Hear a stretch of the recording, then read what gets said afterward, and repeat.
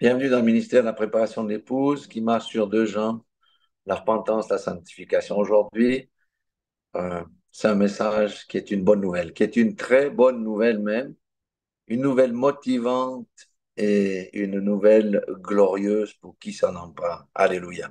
Nous allons aller dans 2 Pierre, chapitre 1er. Nous allons d'abord prendre les 4 premiers versets. Alléluia. 2 Pierre, chapitre 1er, versets 1 à 4. On va commencer par le premier verset. Il est dit ceci. Simon-Pierre, serviteur et apôtre de Jésus-Christ. Remarquez qu'il a fait passer serviteur avant le titre, hein. Serviteur et apôtre de Jésus-Christ à ceux qui ont reçu en partage une foi du même prix que la nôtre. Donc, d'abord, on a reçu la foi, hein, du même prix que la leur. C'est quel genre de foi? C'est la foi qui sauve, la foi en l'œuvre complète et définitive de Jésus-Christ à la croix de Golgotha. C'est la foi qui mène au salut. C'est pour ça qu'il dit du même prix. Elle a un grand prix cette fois-là. Parce que nous sommes sauvés par grâce, c'est vrai, mais par le moyen de la foi. Si nous n'avons pas la foi, la grâce ne peut pas s'actionner, nous manquerons le salut. Donc, il dit que du même prix que la nôtre, par la justice de notre Dieu et du Sauveur Jésus-Christ. Dans certaines versions, il est dit de notre Dieu et Sauveur Jésus-Christ. Quoi qu'il en soit, cette foi-loi est un grand privilège pour nous de l'avoir eue, alléluia, puisqu'elle nous introduit dans le salut. Non seulement c'est un privilège, mais c'est quelque chose de très précieux que nous devons conserver. Pourquoi? Cette foi-là, c'est la base de la construction de notre maison. C'est, c'est là que nous construisons la maison sur le roc, par la foi dans l'œuvre définitive de Jésus-Christ à la croix de Golgotha. Mais nous savons que la foi doit produire du fruit, parce qu'une foi qui ne produit pas de fruit est une foi morte. Alléluia.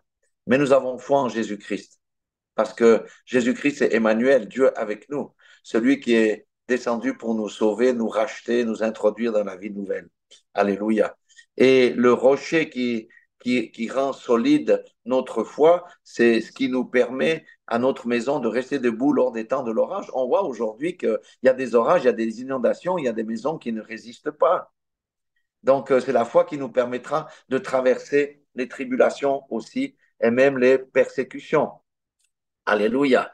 Maintenant, le verset 2, il y a quelque chose d'intéressant ici. Vous savez, les salutations, en principe, on passe dessus parce que c'est juste des salutations. Mais des fois, il y a des révélations dans les salutations. Le verset 2, il est dit que la grâce et la paix vous soient multipliées par la connaissance de Dieu et de Jésus, notre Seigneur. Amen. Alléluia. Ailleurs, il est dit, dans d'autres versions, il est dit par une connaissance de plus approfondie de Dieu et de Jésus, notre Seigneur. Donc, qu'est-ce que ça veut dire la connaissance de plus en plus approfondie de Dieu et de Jésus? Eh bien, ça veut dire que c'est une clé qui active la grâce et la paix. Que la grâce et la paix vous soient multipliées par la connaissance de Dieu et de Jésus notre Seigneur. Donc, ça veut dire plus on connaît Dieu, plus on connaît Jésus. Comment on connaît Dieu et on connaît Jésus? Par la méditation, par la parole, par notre temps passé dans la chambre secrète, par la dîme de notre temps que nous donnons à notre Dieu. Nous avons une plus grande connaissance, plus approfondie, et ça va nourrir notre foi. Et c'est ça qui va nous permettre de marcher sur le chemin étroit, parce que lorsqu'on vient au Seigneur, nous sommes des enfants, ensuite des bébés, ensuite le bébé devient enfant, ensuite il est adolescent, ensuite il devient jeune adulte, ensuite il devient adulte mature. Amen. C'est la connaissance de Dieu qui nous permet de grandir. Alléluia. C'est quelque chose de glorieux. Donc le Seigneur nous dit ici, par la connaissance de Dieu et de Jésus notre Seigneur. Des fois, nous avons une connaissance intellectuelle, mais la connaissance dont il est question ici, c'est aussi le réma. Le réma, ça veut dire la révélation. Regardez, je vais vous parler d'un verset que j'ai lu, je ne sais pas combien de fois, j'ai eu la révélation hier soir. Alléluia, c'est quelque chose de glorieux. Donc, on doit chercher à connaître Dieu de toute notre âme, de toutes nos forces, véritablement, parce que nous vivons dans des temps de ténèbres et celui qui ne cherche pas à connaître Dieu va être emporté à tout vent de doctrine. Et ici, il dit que la grâce et la paix, version seconde, vous soient multipliées par la connaissance de Dieu et de Jésus notre Seigneur. Donc, il y a une clé ici que peut-être On sous-estime parce qu'on est pris dans le tourbillon de la vie, le tourbillon du travail, le tourbillon des factures, et on néglige la présence de Dieu. On néglige de découvrir Dieu. On néglige de méditer la parole parce que Dieu se trouve dans sa parole. Alléluia. Et ça, c'est notre effort personnel. Quand on a les cultes, c'est bien, mais les cultes, c'est 1 heure, 2 heures par semaine, et c'est tout. Mais le reste du temps, nous devons nous astreindre vraiment à chercher la face de Dieu, à connaître qui est Dieu, à connaître qui est Jésus, à connaître ce que Dieu aime, ce qu'il déteste, et toutes ces choses, ce qu'il apprécie, pour qu'on puisse entrer dans sa volonté et dans toutes ces choses-là. Amen. Je trouvais que c'était déjà les 2 premiers versets ici. Je trouve que c'est quelque chose de glorieux parce que la connaissance de Dieu, de notre Seigneur, c'est ce qui est l'assurance de notre, ce qui nous assure une progression continue et régulière vers la perfection. Alléluia. Vous savez que nous avons été sauvés, mais nous n'avons pas été sauvés pour rester assis sur le canapé. Non, nous avons été sauvés pour entrer dans nos appels. Nous avons été sauvés pour faire la volonté de Dieu. Mais si on ne connaît pas le Dieu qui nous a sauvés, comment est-ce qu'on peut remplir ces choses? Alléluia. Et vous savez, il y a des choses qui se passent dans le monde spirituel aujourd'hui. Et ça se manifeste dans le monde naturel. Regardez toutes ces catastrophes, sont en train de secouer partout. Mais celui qui n'a pas Dieu est très inquiet. Mais si nous avons Dieu, si nous connaissons notre Dieu, nous savons qui il est pour nous, comme on a fait dans l'adoration tout à l'heure, avec ses différents attributs. Nous savons qui il est pour nous. Nous savons qu'il est notre forteresse. Nous savons qu'il est notre justice. Nous savons qu'il est celui qui nous garde, celui qui s'occupe de nos ennemis. Nous savons que c'est lui qui nous pourvoit à tout, qui est notre grand pourvoyeur. C'est lui qui est notre guérison. Mais comment on peut savoir ces choses-là si on ne s'intéresse pas à celui qui nous a sauvés? Et ici, dans cette salutation, en fait, c'est une exhortation véritablement à développer notre foi parce à nous qui avons cru et à chercher la face de Dieu. Alléluia. Le verset 3, il dit, sa divine puissance nous a donné tout ce qui contribue à la vie et à la piété au moyen de la connaissance de celui qui nous a appelés par sa propre gloire et par sa vertu. Donc ici, il faut qu'on s'arrête un petit peu. Première des choses qu'on doit comprendre, peut-être qu'il faut définir des mots. Qu'est-ce que la piété? La piété, c'est l'attachement à Dieu. La piété, c'est l'attachement à Dieu. La définition du dictionnaire, c'est attachement fervent aux devoirs et aux pratiques de la religion. Mais ça, c'est insatisfaisant pour moi. Parce qu'on peut faire les pratiques religieuses et être réprimandé par le Seigneur comme les pharisiens qui respectaient la loi ont été réprimandés. Parce que les pharisiens allaient pousser le zèle jusqu'à payer la dîme de la menthe et de la nette. Mais le Seigneur leur fait le reproche et dit, mais vous avez oublié le reste. Ça veut dire la justice, la miséricorde et la fidélité. Donc, la piété, c'est l'attachement à Dieu et à ses standards. Les standards de Dieu, c'est quoi? Ben, c'est la charité, c'est le pardon, c'est l'amour, c'est toutes ces choses-là qui font les vertus chrétiennes, ce qu'on appelle les vertus chrétiennes. Alléluia. C'est ça la piété. Alors le Seigneur nous dit que la piété, c'est aussi la sanctification. Vous voyez, quand on marche dans la sanctification, on marche dans la piété. Et le Seigneur nous dit ici, ça c'est la révélation, nous a donné tout ce qui contribue à la vie. Quel genre de vie? La vie Zoé, la vie de Christ. Tout ce qui contribue à la véritable vie. Il nous a donné tout ce qui contribue. Est-ce qu'il nous manque quelque chose pour vivre la vie de Christ? Non, il ne nous manque rien. Est-ce qu'il nous manque quelque chose pour réussir à vivre dans la piété, l'attachement au Seigneur? Il ne nous manque rien. Parce qu'il dit ici, sa divine puissance nous a donné tout ce qui contribue à la vie. Tout ce qu'il faut pour accéder à la vie véritable et à vivre à l'attachement à Dieu. Amen. Alléluia.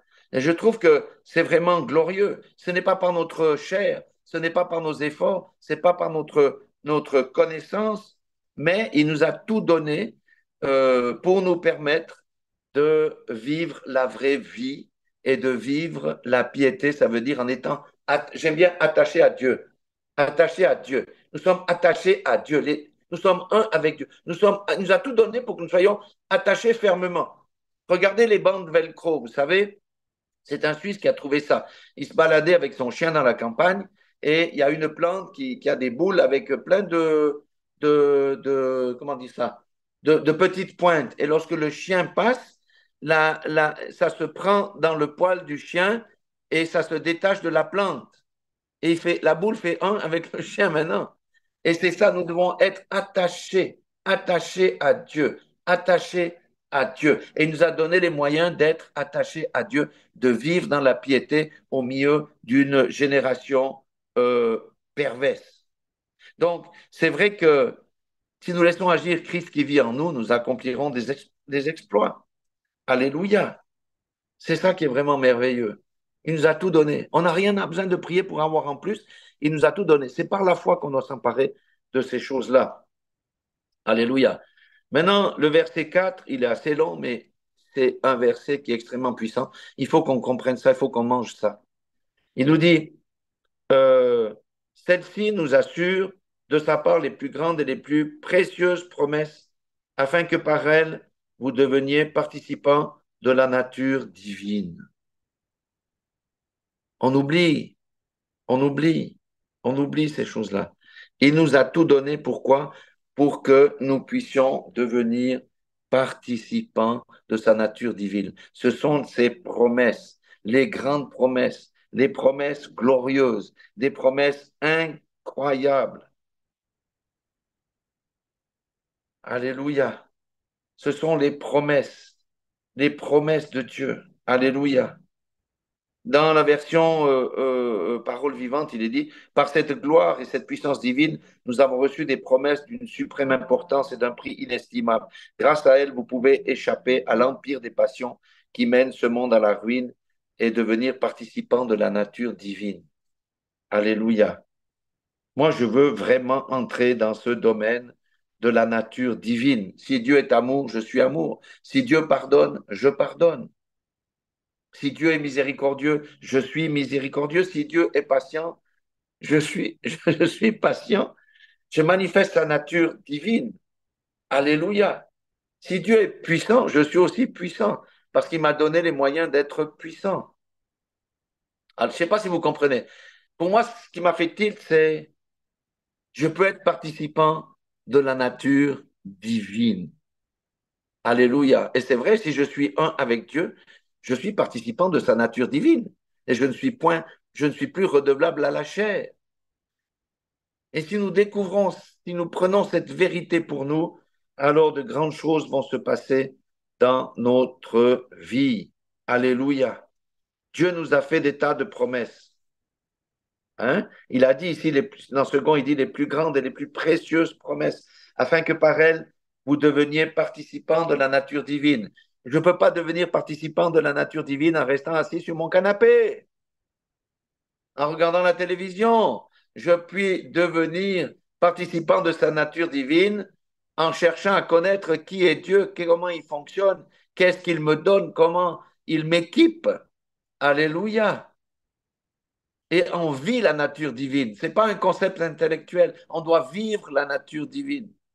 C'est pourquoi, au départ, quand on vient à Christ, on est des bébés spirituels. Plus on cherche à le connaître, bien, d'abord, on est des enfants. Il nous nourrit au lait, des choses pas trop solides. Mais quand on devient adolescent, vous savez qu'est-ce qui se passe l'âge bête? On devient des fois rebelle à Dieu. Et des fois, on peut passer du temps dans la rébellion quand on est adolescent. Mais quand on va à l'âge adulte et qu'on devient un adulte mature, Paul nous donne les choses solides et il nous dit, vous pouvez devenir participants de la même nature que Jésus-Christ. Jésus-Christ avait la nature divine. Vous êtes des véritables fils et filles de Dieu. Vous pouvez participer à la nature divine de Dieu. Et c'est là que nous voulons aller en tant que chrétiens matures. C'est ça que je recherche. Ce verset m'a trotté dans la tête en disant, mais Seigneur, comment j'ai pu manquer ça pendant des années? Je peux devenir participant. Au lieu de dire, ma chair m'empêche de, je peux devenir participant de la nature divine de Christ. Amen.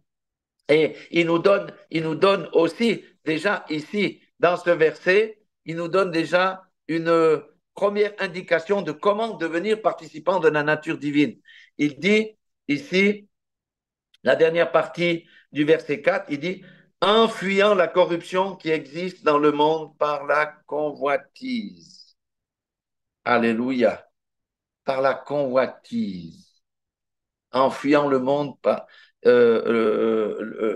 en fuyant la corruption qui existe dans le monde par la convoitise. La convoitise des yeux, la convoitise de la chair, la convoitise spirituelle aussi.